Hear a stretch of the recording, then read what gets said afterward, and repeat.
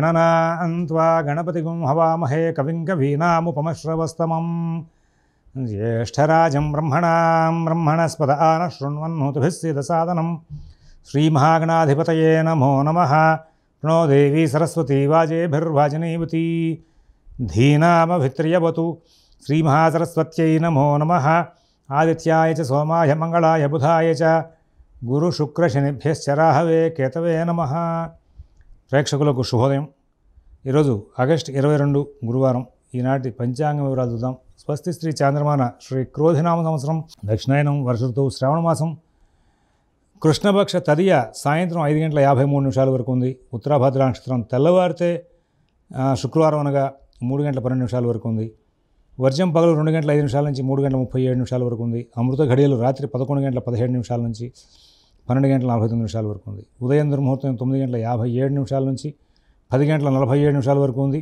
అలాగే caesarean operation prepare అయ్యే వాళ్ళకి సాయంత్రం 5:30 సమయం అనుకూలంగా ఉంది। మధ్యాహ్నం దుర్ముహూర్తం 2:55 నుంచి 3:45 వరకు ఉంది।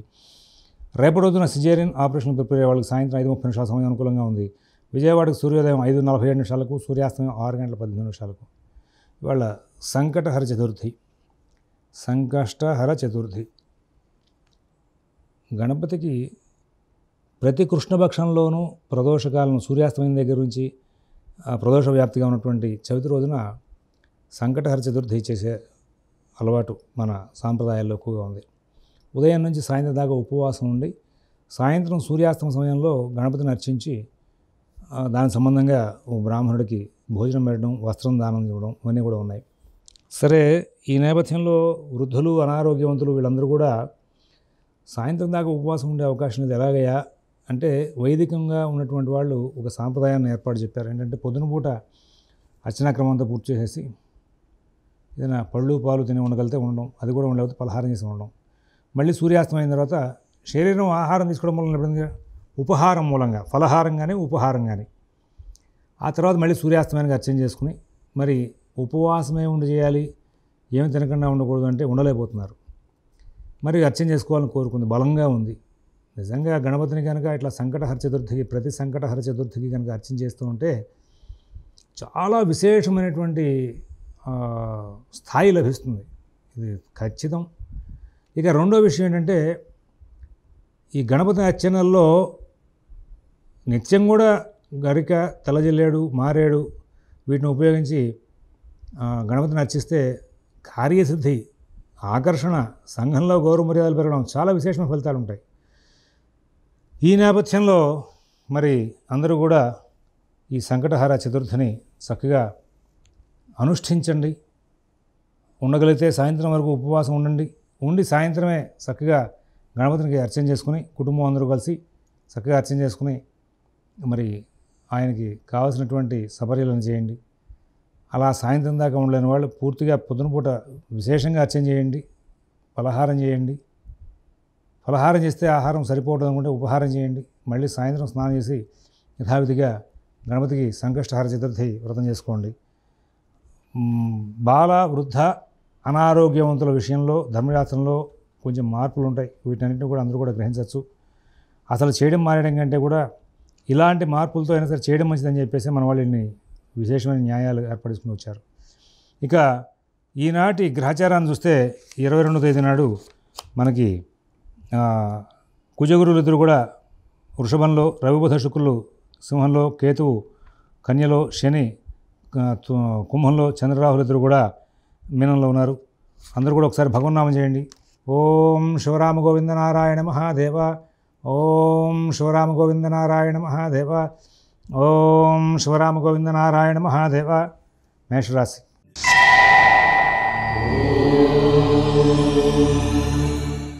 ఈ రోజున మేషరాశి వాళ్ళు కొంచెం జాగ్రత్తలు పాటించాలి ప్రయాణ విషయాల్లో కానీ, వాహనాలు నడిపే కానీ। ఇవాళ రేపు 2 రోజులు కూడా ఒంటరిగా దూర ప్రాంత ప్రయాణాలు చేయొద్దు। వాహనాలు చాలా జాగ్రత్తగా చెకప్ చేసుకుని ప్రయాణం చేయండి। ప్రమాదాలు జరగకుండా జాగ్రత్తలు తీసుకోండి। పనిముట్ల వాడకంలో కూడా జాగ్రత్తలు తీసుకోవాలి। అంటే ముఖ్యంగా ఆటోమొబైల్ ఫీల్డ్ వాళ్ళు, ఇళ్లలో మరి కొంతమంది ఇంట్లో డొమెస్టిక్గా పనిచేసుకునేటువంటి వాళ్ళు వీళ్ళందరూ కూడా మరి ఇది గాయాలు అవ్వకుండా జాగ్రత్తలు తీసుకోవాల్సిన అవసరం ఉంది। రుణాలు ఇచ్చిపుచ్చుకునే వ్యవహారాల్లో జాగ్రత్తలు తీసుకోవాలి। మాట తీరు కంట్రోల్ చేసుకోవాలి, కలహాలు రాకుండా జాగ్రత్తలు పడాలి। అశ్విని నక్షత్రం వాళ్ళు కొంచెం జాగ్రత్తగా వ్యవహరించి సమస్యల నుంచి బయటకు వస్తారు. భరణి నక్షత్రం వాళ్ళకి కుటుంబ వ్యవహారాలు బాగుంటాయి. కృతిక 1వ పాదం వాళ్ళకి ఉద్యోగ వ్యాపార విషయాలు చాలా బాగుంటాయి. వృషభ రాశి.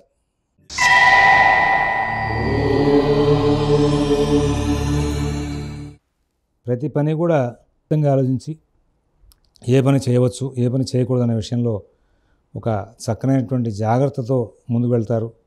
లబ్ధిదారులుగా ముందుకు వెళ్ళిపోతూ ఉంటారు. చాలా లాభాలు పొందుతారు. కుటుంబ విషయాలు బాగుంటాయి. ఉద్యోగ వ్యాపార విషయాలు బాగుంటాయి. ఆర్థిక ఆరోగ్య విషయాలు బాగుంటాయి. విదేశీ నివాస ప్రయత్నాలు, స్థిరాస్తి కొనుగోలు ప్రయత్నాలు, కోర్టు వ్యవహారాలు, రుణ వ్యవహారాల్లో కూడా మంచి ఫలితాలు ఉంటాయి. మిత భాషణ, ఓర్పు, నేర్పు ప్రదర్శిస్తూ అన్ని కార్యక్రమాలు కూడా సానుకూలం చేసుకుంటూ ముందుకు వెళ్తారు. ఇక్కడ కృత్తిక 2, 3, 4 పాదాల వాళ్ళకి ఆర్థిక ఆరోగ్య విషయాల్లో మంచి ఫలితాలు ఉంటాయి. మృగశిర నక్షత్రం వాళ్ళు మరి 1, 2 పాదాల వాళ్ళు ఆరోగ్య విషయంలో జాగ్రత్తలు తీసుకోవాలి. రోహిణి నక్షత్రం వాళ్ళకి ఈ రోజున ప్రతి పని కూడా అస్తవ్యస్తంగా నడుస్తూ ఉంటుంది. మిథున రాశి.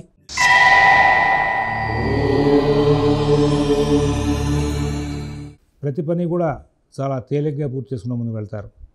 ఎక్కడా ఇబ్బందులు లేనటువంటి జీవితాన్ని గడుపుతారు. ఉద్యోగ విషయాలు బాగుంటాయి. వ్యాపార విషయాలు బాగుంటాయి. ఆర్థిక ఆరోగ్య విషయాలు కూడా చాలా బాగుంటాయి. విదేశీ నివాస ప్రయత్నాలు, స్థిరాస్తి కొనుగోలు ప్రయత్నాలు, కోర్టు వ్యవహారాలు, రుణ వ్యవహారాల్లో అద్భుతమైనటువంటి చక్కటి ప్రణాళికలు చేసి చాలా లాభాలు అందుకుంటారు. అలాగే ఈ రోజున ప్రతి పని కూడా తేలిగ్గా పూర్తవుతుంది. డబ్బు కావాల్సిన విధంగా చేకూరుతూ ఉంటుంది. బంధుమిత్రుల యొక్క సహకారం బాగుంటుంది. కుటుంబ సభ్యుల యొక్క ప్రోత్సాహం బాగుంటుంది.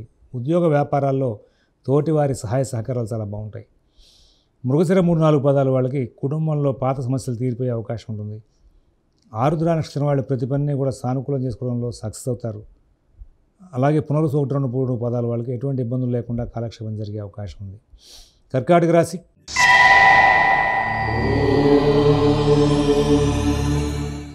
తెలివితేటలు ప్రదర్శిస్తారు. ఓర్పుగా వ్యవహరిస్తారు. ప్రతి పనిని కూడా సునిశ్చితంగా పరిశీలించి ఏ పని చేయవచ్చు, ఏ పని చేయకూడదనే దాంట్లో ఒక చక్కనైనటువంటి క్లారిటీ కలిగి ముందుకు వెళ్తారు. అనేకమైనటువంటి లాభాలు పొందే అవకాశం వస్తుంది. నూతన ఉద్యోగ వ్యాపార విషయాల్లో కూడా మంచి ఫలితాలు పొందే అవకాశం వస్తుంది. అందరూ బాగా సహకరించే అవకాశం వస్తుంది. మిత భాషణ, ఓర్పు, నేర్పు ప్రదర్శించి చాలా మంచి ఫలితాలు తీసుకునే అవకాశం ఉంది. పునరుసు 4వ పాదం వాళ్ళకి ద్రవ్యలాభం బాగా చేకూరుతుంది.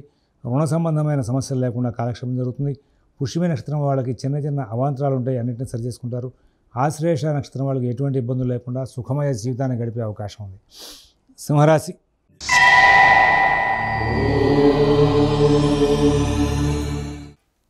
కొంచెం చిన్న చిన్న జాగ్రత్తలు తీసుకోవాలి. తరచుగా ఇరిటేషన్ దగ్గర అవుతారు. ఏదో తెలియని టెన్షన్ పడతారు. మీకు బయటకు కనబడుతున్నటువంటి విధానం, మీరు ప్రవర్తించే తీరు రెండింటికి కూడా పొంతన లేకుండా నడిచే అవకాశం ఉంది. కొంచెం ఇబ్బందికరమైన ఘటనలు ఉంటాయి. ఉద్యోగ వ్యాపార విషయాలు జాగ్రత్తగా చూసుకోవాలి. ఆర్థిక ఆరోగ్య విషయాల్లో ప్రత్యేకమైన శ్రద్ధ, జాగ్రత్త కనబరచాలి. విదేశీ నివాస ప్రయత్నాలు, స్థిరాస్తి కొనుగోలు ప్రయత్నాలు, కోర్టు వ్యవహారాలు, రుణ వ్యవహారాలు కూడా ప్రత్యేకమైన శ్రద్ధ, జాగ్రత్త కనబరుస్తూ ముందుకు వెళ్లాల్సిన అవసరం ఉంది. ఎవరి వ్యవహారాలను ఎక్కువ కలగజేసుకోవద్దు. మిత భాషణ, ఓర్పు, నేర్పు ప్రదర్శిస్తూ ముందుకు వెళ్లాల్సిన అవసరాలు బాగా కనబడుతూ ఉన్నాయి. మఘా నక్షత్రం వాళ్ళు ఇవాళ బాగా చికాకులకు లోనవుతారు. ఉద్యోగ వ్యాపార విషయాల్లో అధికారుల ద్వారా మందలింపులకు దగ్గరయ్యే అవకాశం ఉంది. పుబ్బా నక్షత్రం వాళ్ళకి కుటుంబ సభ్యులతో చిన్న చిన్న సమస్యలు వచ్చే అవకాశం ఉంది. ఉత్తరా నక్షత్రం 1వ పాదం వాళ్ళు పనులు వాయిదా వేసి కొంచెం ఇబ్బంది పడే అవకాశం వస్తుంది. తర్వాత కన్యారాశి.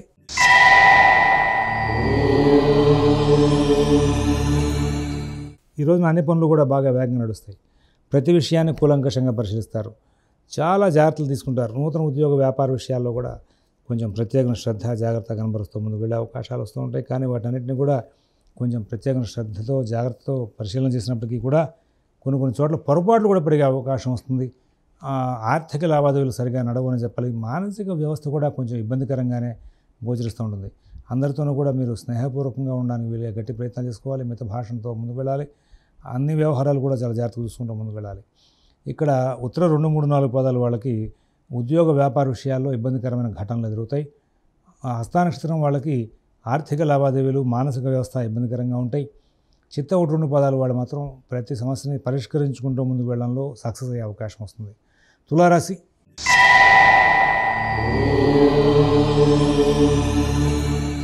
చాలా అద్భుతమైన రోజు ఈరోజు. అన్ని పనులు కూడా చాలా చక్కగా సునిశ్చితంగా పరిశీలించుకుని జాగ్రత్తలు తీసుకుని ముందు వెళ్తారు. మంచి జీవనం గడిపే అవకాశం ఉంది. మంచి ఫలితాలు తీసుకునే అవకాశం ఉంది. విదేశీ నివాస ప్రయత్నాలు, స్థిరాస్తి కొనుగోలు ప్రయత్నాలు, కోర్టు వ్యవహారాలు, రుణ వ్యవహారాల్లో కూడా చాలా చక్కనైనటువంటి ఫలితాలు తీసుకుంటారు. అన్ని కార్యక్రమాలను కూడా విజయవంతం చేసుకుంటూ ముందుకు వెళ్తారు. నూతన ఉద్యోగ వ్యాపార విషయాలు, ఆర్థిక ఆరోగ్య విషయాలు బాగుంటాయి. చెత్త 3-4 పాదాల వాళ్ళకి కొంచెం ఆటంకాలు ఉంటాయి. స్వాతి నక్షత్రం వాళ్ళకి ఎటువంటి ఇబ్బందులు లేకుండా మంచి జీవితం గడుపుతుంది. అలాగే విశాఖ 1-2-3 పాదాల వాళ్ళకి ఆర్థిక లావాదేవీలు కొంచెం ఇబ్బందికరమయ్యే అవకాశం వస్తుంది. తర్వాత వృశ్చిక రాశి.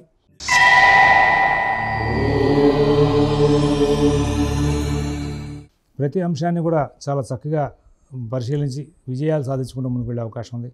కుటుంబ విషయాల్లో సత్ఫలితాలు ఉంటాయి. నూతన ఉద్యోగ వ్యాపార విషయాలు బాగుంటాయి. ఆర్థిక ఆరోగ్య విషయాల్లో కూడా మంచి జీవితాన్ని గడిపే అవకాశాలు బాగా కనబడుతున్నాయి. అలాగే ప్రతి అంశాన్ని కూడా చాలా సునిశ్చితంగా పరిశీలిస్తారు. ప్రతి అంశంలో కూడా విజయాలు సాధిస్తారు. కుటుంబ ఉద్యోగ వ్యాపార విషయాల్లో అభివృద్ధి పదంలో ముందుకు వెళ్తారు.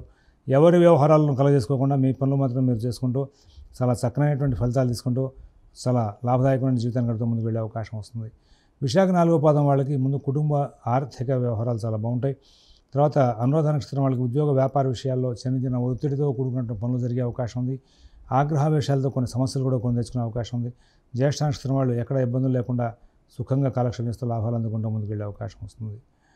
తదుపరి ధనురాశి.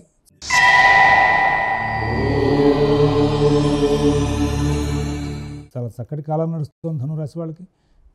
అనుకోకుండా ఆగ్రహావేశాలకు లోనవడం, కొన్నిసార్లు భయాందోళనకు లోనవడం, ఇట్లా విచిత్రమైన పరిస్థితులు ఏర్పడుతూ ఉంటాయి. కుటుంబ విషయాలు బాగుంటాయి. ఉద్యోగ వ్యాపార విషయాల్లో కూడా మంచి ఫలితాలు ఉంటాయి. నూతన ఉద్యోగ విషయాలు, ఆర్థిక ఆరోగ్య విషయాలను కూడా చాలా బాగా నడుస్తూ ఉంటాయి. విదేశీ నివాస ప్రయత్నాలు, స్థిరాస్తి కొనుగోలు ప్రయత్నాలు, కోర్టు వ్యవహారాలు, రుణ వ్యవహారాలు కూడా చాలా చక్కనైనటువంటి జాగ్రత్తలు తీసుకుని ముందుకు వెళ్ళి లాభదాయకమైన ఫలితాలు పొందే అవకాశం వస్తుంది. ఇక్కడ మూలా నక్షత్రం, పూర్వాషాఢ నక్షత్రం ఇద్దరికీ కూడా కుటుంబ వ్యవహారాల్లో మంచి ఫలితాలు ఉంటాయి. ఉత్తరాషాఢ 1వ పాదం వాళ్ళకి స్నేహితుల ద్వారా కొంచెం ఇబ్బందులు ఎదురయ్యే అవకాశం కనబడుతోంది. తర్వాత మకర రాశి.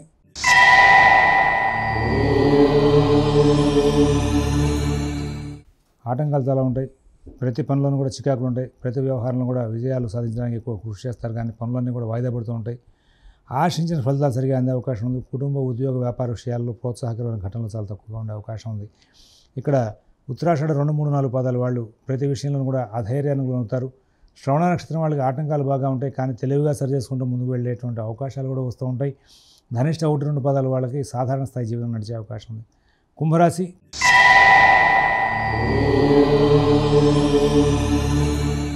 ప్రతి అంశం కూడా చాలా చక్కగా నడుస్తుంది. కుటుంబ ఉద్యోగ వ్యాపార విషయాల్లో మంచి ఫలితాలు ఉంటాయి. నూతన ఉద్యోగ వ్యాపార విషయాల్లో కూడా సత్ఫలితాలు ఉంటాయి.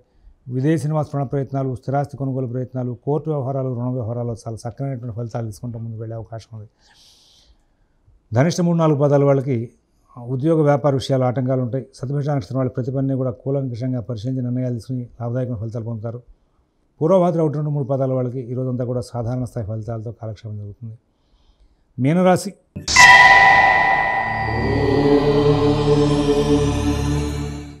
కుటుంబ వ్యవహారాలు జాగ్రత్తగా ఉండాలి.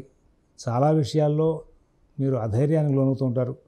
ప్రధానంగా ఉద్యోగం, వ్యాపారం, అలాగే షేర్ వ్యాపారులు వీళ్ళు ముగ్గురు కూడా కొంచెం చికాకులు తగ్గే అవకాశం ఉంది. విదేశీ నివాస ప్రయత్నాలు, స్థిరాస్తి కొనుగోలు ప్రయత్నాలు, కోర్టు వ్యవహారాలు, రుణ వ్యవహారాల్లో చాలా జాగ్రత్తలు పాటిస్తూ ముందుకు వెళ్ళాలి. ఎవరి వ్యవహారాలను ఎక్కువ కలగజేసుకోవద్దని చెప్పేసి ప్రత్యేకంగా సూచిస్తున్నాం. పూర్వభద్ర 4వ పాదం వాళ్ళు సాధారణ జీవితం నడుస్తుంది.